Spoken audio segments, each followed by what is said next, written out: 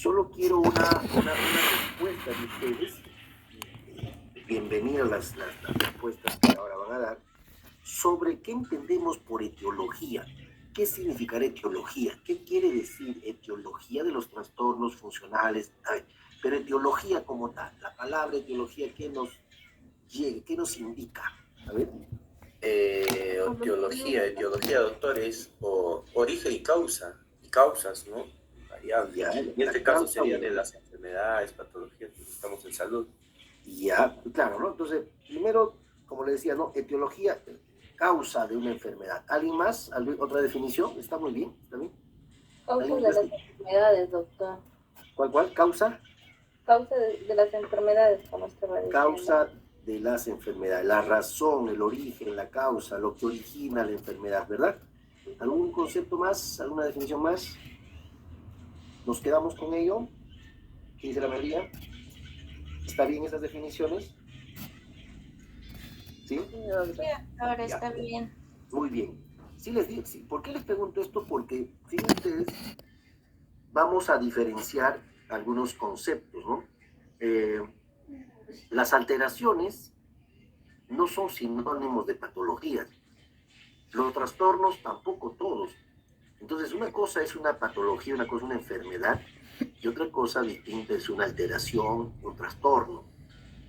Por supuesto que esto puede traer como consecuencia una patología, una enfermedad posterior, ¿no? Pero algunas alteraciones en el desarrollo, por ejemplo, no necesariamente tienen que terminar en una patología, ¿no?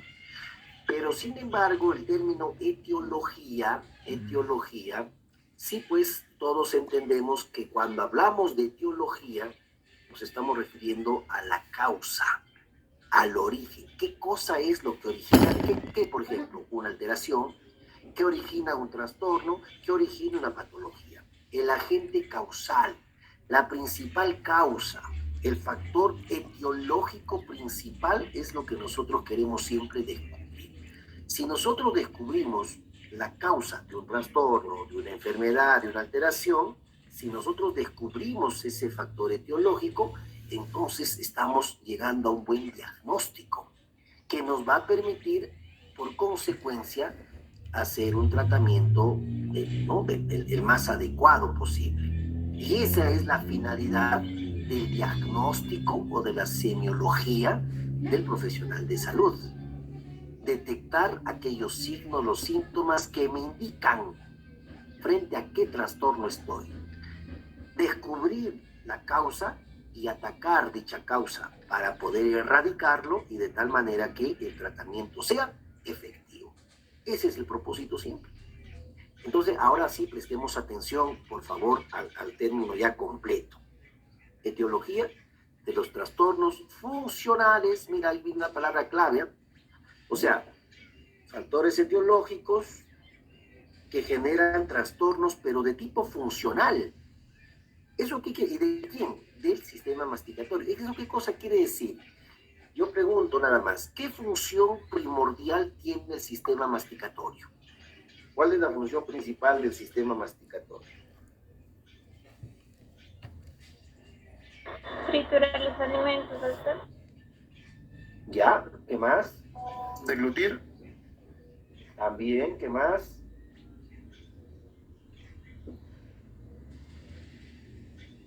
Triturar los alimentos, deglutir, dice sí. El bolo alimenticio. El bolo alimenticio también. Claro, ¿no? O sea, en realidad el término masticación ya involucra todo lo que ustedes están mencionando, ¿no? O sea, la función principal del sistema masticatorio es justamente la masticación, pues, ¿no? Cada una de las piezas dentarias cumple diferente trabajo: cortar, rasgar, moler, triturar. La saliva envuelve al alimento y lo hace pues que sea factible de deglutir, etcétera, etcétera, ¿no? Entonces, fíjense, ¿qué más? También hablar, ¿no? No podríamos hablar si no haríamos funcionar, en este caso, la boca también, ¿no? ¿Qué más podemos mencionar como funciones? A ver, ¿qué otra función más tendríamos? La fonación, doctor. Muy bien, ¿no? La pronunciación, la fonación, el habla forma parte, ¿no? Si bien es cierto, son las cuerdas vocales las que originan el sonido, pero sin embargo la acústica de la voz tiene que ver también mucho en lo que viene a ser la conformación de la boca como tal, ¿no? Entonces, mire, cuando decimos etiología de trastornos funcionales, esa palabra es clave, no estamos diciendo que la boca o el sistema estomatognático, el sistema masticatorio, se enferme por hacer otras actividades ajenas a su función. No, no, no. Estamos hablando de aquellos trastornos funcionales, es decir, que se presentan porque la boca, porque el sistema estomatognático intenta cumplir su función. O sea, en el afán de trabajar cumpliendo con su tarea, puede surgir algunos trastornos y eso es lo que vamos a entender. ¿Cuál es la etiología para que se produzcan estos trastornos funcionales del sistema masticatorio? O sea, digamos, el abrir y cerrar la boca no es una cuestión forzada para el sistema estomatognático, esa es su función. O sea, no podemos decir, no, es que me enfermé del ATM porque abrí 5.500 veces la boca. En cambio, yo a las 8.000 se me enfermó. No hay un límite. Es la tarea, esa es su función. Pero, sin embargo, hay algunas condiciones que a esta función normal y continua que debería tener el sistema estomatognático transgreden, modifican, cambian, alteran. Y entonces, en el afán de seguir, en el afán de seguir cumpliendo con su actividad, el sistema estomatognático, pues entonces empiezan a surgir las alteraciones y los trastornos. Voy, por ejemplo, a esto. ¿Acaso porque el día de ayer recibiste un golpe jugando fútbol, un codazo por allí, un cabezazo, un golpe, tal vez fortuito, no necesariamente intencional, pero te golpearon en la mandíbula? Entonces, en el momento, por el calor del partido, lo tomaste como una cuestión ligera, no le hiciste más caso, ¿no? Entonces, y resulta que como a las 2 semanas, mira, empiezas a notar cierta desviación en la mandíbula en el momento de aperturar la boca. Y entonces, la verdad que ni te acuerdas si fue precisamente después del golpe o quizás ya tenías cierta desviación antes, pero el asunto está que se te hace un poquito más acentuado, de tal punto que lo notas cuando te ves en el espejo, cada vez que abres y cierras la boca, el movimiento se hace sinuoso, se va un poquito a la derecha, luego vuelve a la línea media y terminas de abrir la boca. Mira, ¿acaso por esa situación ya vas a dejar de comer? ¿Vas a dejar de deglutir? ¿Vas a dejar de hablar? ¿No? Las actividades del sistema estomatognático van a seguir cumpliéndose. Pero ahí está, por eso esa definición quiero que la entendamos. Etiología de los trastornos funcionales, es decir, que ese trastorno se originó porque la boca, porque el sistema estomatognático intentó seguir cumpliendo su respectiva función. No dejó de, no es que hoy voy a descansar un par de semanas sin comer, pues no es posible. ¿Te das cuenta? O no, bueno, no podrías, salvo que te metas, como no sé, en algunas religiones en un tema de ayuno, o te castigues, o te autocastigues, te autoflageles. Bueno, no estamos hablando de anormalidades o cuestiones parafuncionales, sino que estamos hablando de lo que cotidianamente la persona requiere, y requiere alimentarse, pues. Y entonces en ese afán, y eso implica tener que cumplir esa función, ¿ve? Entonces, eso es lo que vamos a entender. ¿Ve cómo es que debido a que no se puede paralizar la función del sistema estomatognático, no puede surgir intempestivamente algunos trastornos que luego se instalan y bueno, pues no, si pasan de una fase de agudo o de una fase aguda, de repente se instalan por más tiempo, comprometen el sistema nervioso central y eso hace que un trastorno agudo se convierta en un trastorno crónico. O sea, es decir, corre el riesgo de tener una cronicidad ese trastorno, ¿no?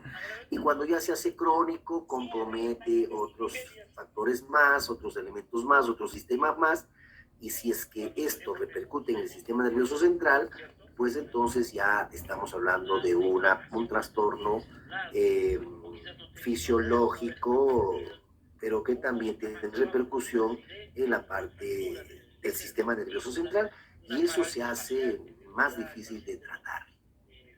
Por ejemplo, ¿no? No es lo mismo un golpe que recibas en un músculo, y como producto de ese golpe, pues pasa 2 o 3 días, se inflamó el músculo y ahí quedó.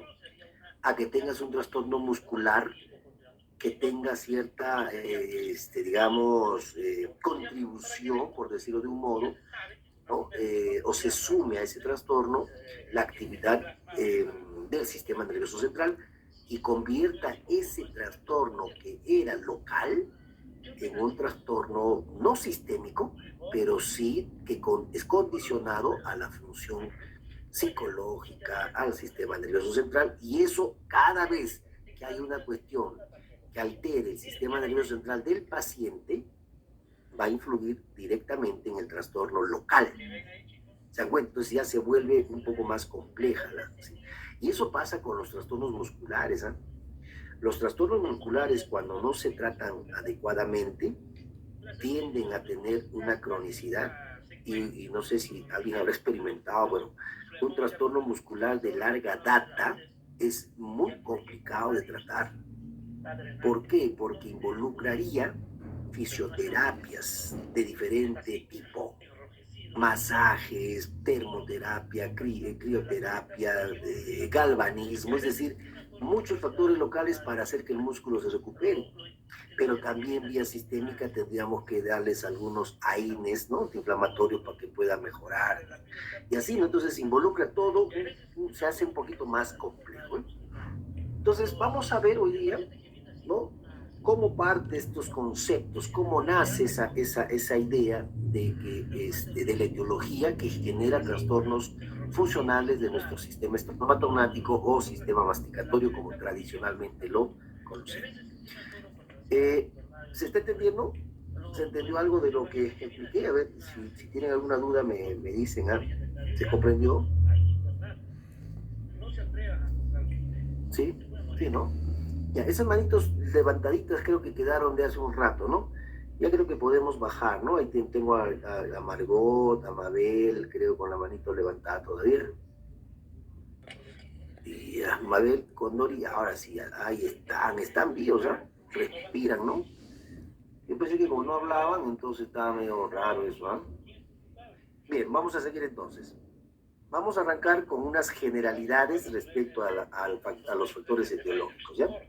Vamos a ver un poquito la historia y evolución etiológica justamente de estos trastornos, cómo es que hoy en día ya se les reconoce y se les denomina de ese modo, y algunos criterios para su respectiva clasificación. Repasemos. Si nos transportamos tiempo atrás para encontrar el origen de la denominación de trastornos temporomandibulares, o sea, cómo es que hemos llegado al día de hoy a que ese término trastornos temporomandibulares se nos quede clarísimo, ¿no? Trastornos, y cuando decimos temporomandibular, ya estamos entendiendo que no es lo mismo que decir ATM, sino temporomandibular quiere decir, temporo viene pues del hueso temporal, mandibular de la mandíbula, pero ese temporal, a su vez, ustedes saben perfectamente bien que es un hueso de la base del cráneo. Entonces, al decir trastorno temporomandibular, es como si fuera un trastorno craneal, ¿no? O de cabeza, de cráneo y cara, ¿no? No es un trastorno únicamente de ATM, no nos confundamos. Temporomandibular es un concepto un poco más amplio que ATM. ATM es solamente para referirnos a la articulación, ¿no? Pero los trastornos temporomandibulares son trastornos de la boca, de los maxilares, de los músculos que hemos hablado, ¿ok? Entonces, ¿cómo hemos llegado ahora a entender ese concepto? Pues si reducimos un poco en el tiempo, decía, vamos a encontrar al doctor, al médico James Coste, que en el año 1934, o sea, el siglo pasado, ¿no? Siglo XIX, ¿no? ¿Estamos bien o el siglo XX? ¿El siglo pasado qué siglo fue?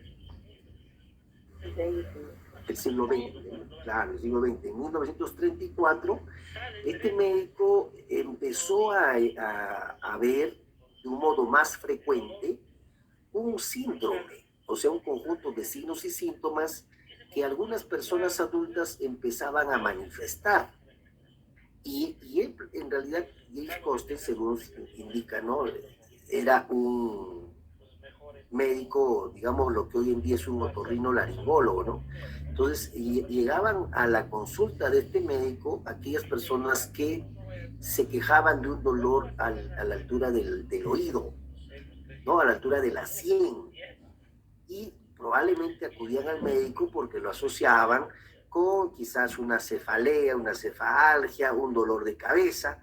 Entonces, pero este Jay Costen, tuvo una idea de no quedarse solamente como especialista en esa zona, sino que más bien, digamos que tuvo la idea de que este dolor que presentaban estas personas estaba un poco relacionado con problemas dentales, sobre todo de la zona posterior, es decir, de las molares.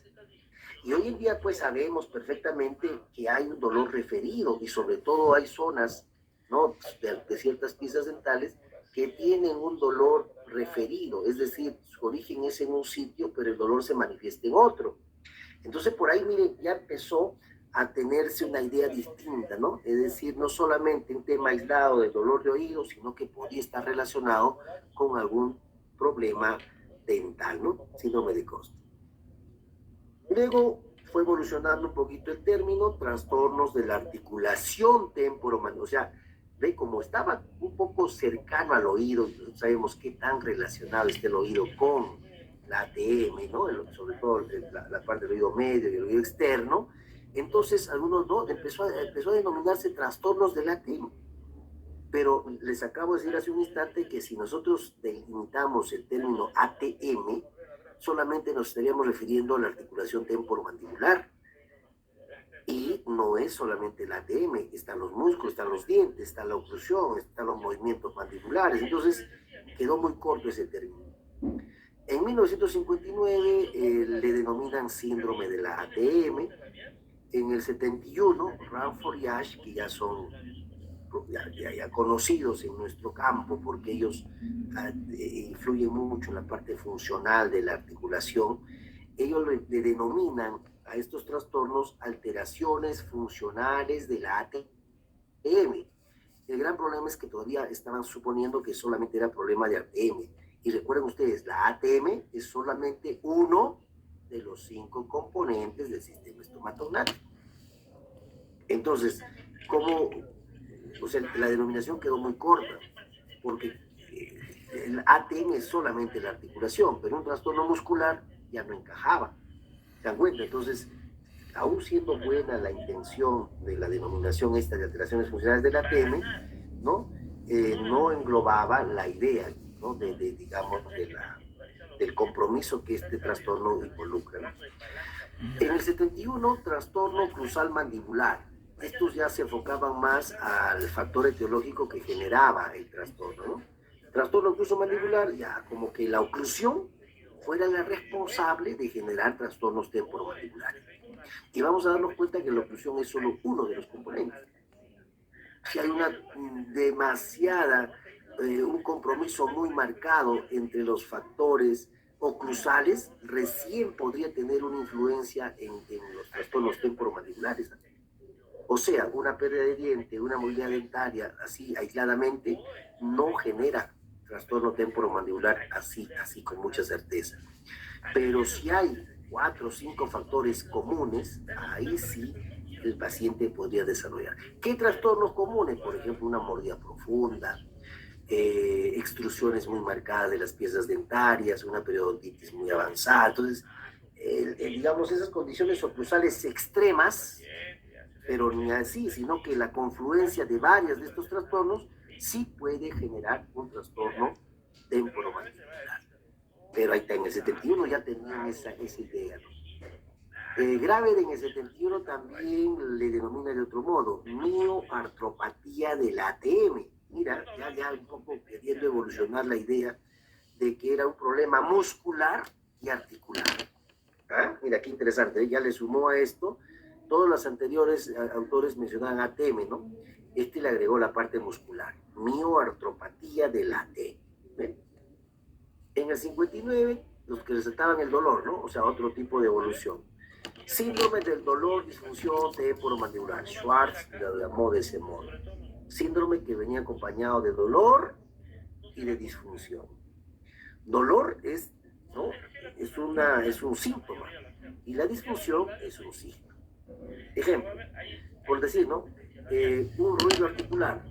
Yo les pregunto, ¿un ruido articular es un dolor o es una disfunción?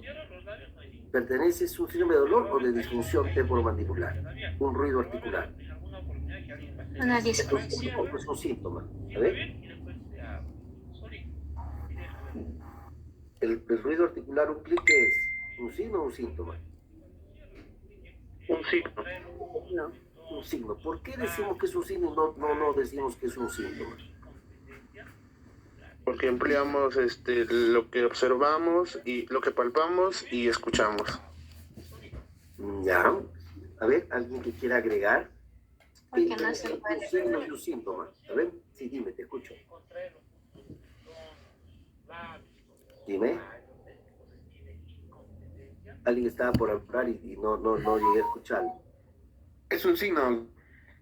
Sí, yo escuché lo tuyo. Si una señorita que intervino y no lo escuché. A ver. ¿Por qué es un signo? ¿O qué es un signo y qué es un síntoma? A ver. El signo es lo que podemos observar, doctor, y el síntoma es lo que el paciente te manifiesta. Ya. Eso quiero que tengan claro todos.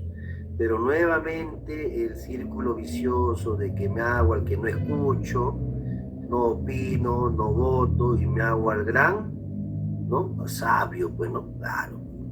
No sé qué estarán hablando allá, yo total ya domino esos temas, no puedo. Un signo es lo que se puede evidenciar a través de los sentidos, ya está. Mientras que un síntoma es lo que el paciente nos manifiesta, que tiene, que siente. Lo cual no siempre es exactamente demostrable, ¿no? Si un paciente se queja de dolor, es porque debe tener dolor, ¿no? Ni siquiera puedo medir su dolor, así a ciencia cierta, ¿no? Le puedo sí decir que me diga qué tanto de intensidad piensa o siente, ¿no? Pero hasta allí llego, ¿no? Entonces, cuando hablamos de síndrome de dolor disfunción, era eso, ¿no? Algunas características que venían con signos, que era la disfunción y acompañado de dolor, ¿no? Por ejemplo, ¿no? Es curioso que las personas que tienen ruidos articulares, ¿sí? Hay personas con ruido articular constante, no manifiestan dolor. O sea, ¿qué tienen? ¿Tienen dolor o tienen disfunción? Aquellos que tienen un ruido articular. Doctor, ¿Sabes o no las moscas?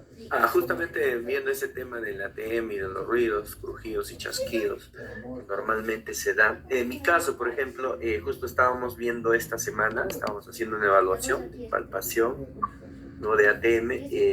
Le cuento esto. Me suena una parte, el lado derecho, o sea, no sé si es crujido, no es crujido, pero bueno, lo hemos anotado como un ruido, pues, ¿no? Del ATM. Más o menos lo que yo le quería consultar es ¿a qué se debe o es grave esa situación?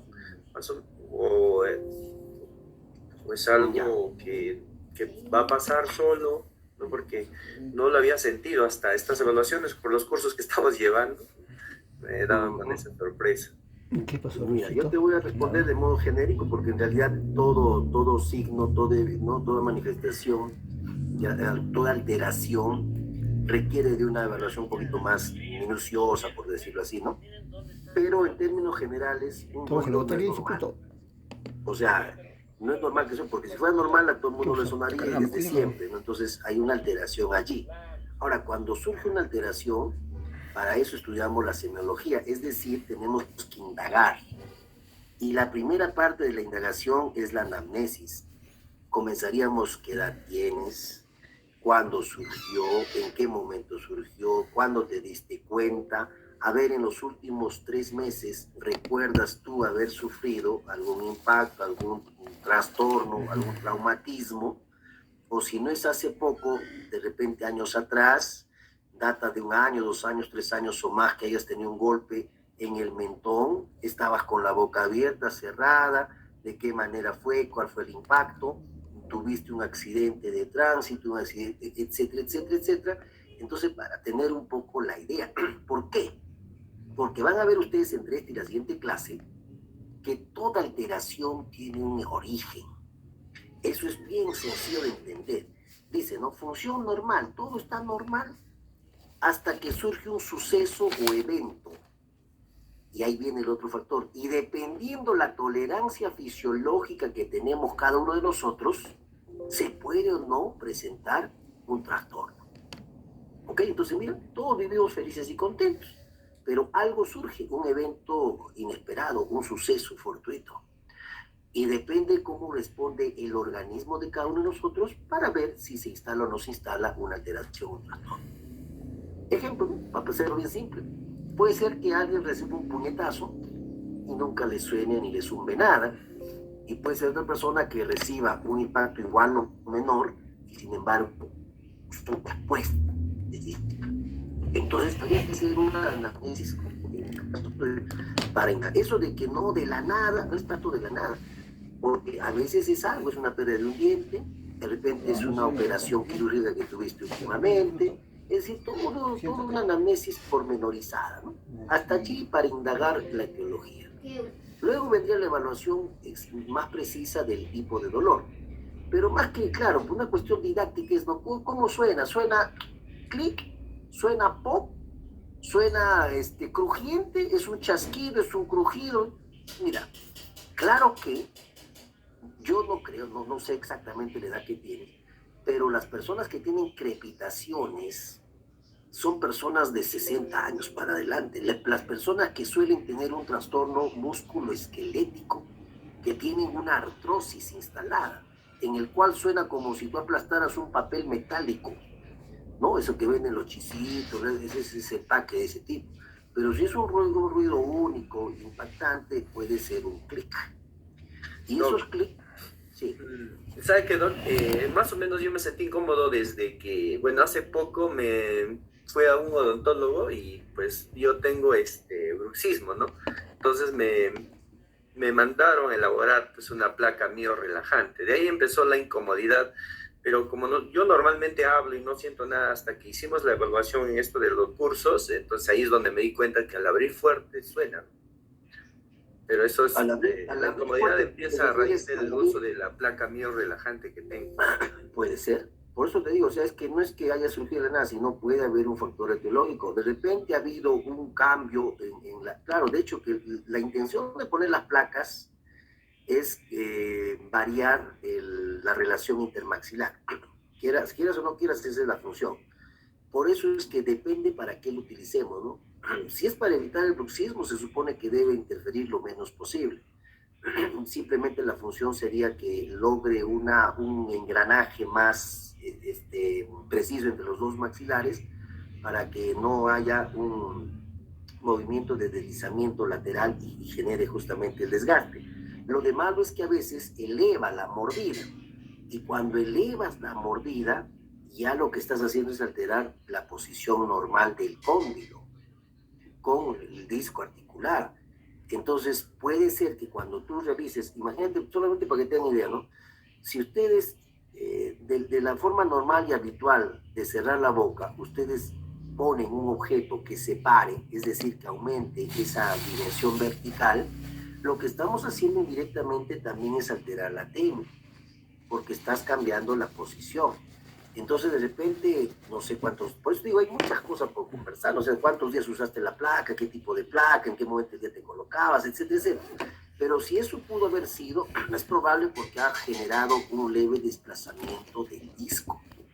Entonces, porque el primer ruido, lo vamos a entender en el transcurso de las clases que tenemos, el primer ruido que surge cuando nunca en la vida nadie ha tenido un ruido, suele ser lo que se conoce el desplazamiento funcional del disco. Es cuando el disco queda posicionado un poco más adelante de la posición habitual del disco articular. ¿Y por qué? Porque el momento que empieza la apertura, el cóndilo monta, busca subirse al disco y ese es el primer ruido en apertura. Ya vamos a entender. O sea, las clases están encaminadas para poder entender todo ese mecanismo. Pero ya de antemano digo, ¿no? No es que no haya habido nada, hay algo. Ahora, ¿qué puede pasarlo? Es lo que dije hace un ratito, depende de la tolerancia fisiológica de cada paciente. Para algunos puede ser gravitante eso, y para otros como si nada. Entonces eso habría que evaluar, esperar, a ver qué tipo de signo se presenta más adelante, ¿no? Bien, yo creo que la hora nos ha ganado, tengo 2 minutos, voy a pasar la asistencia.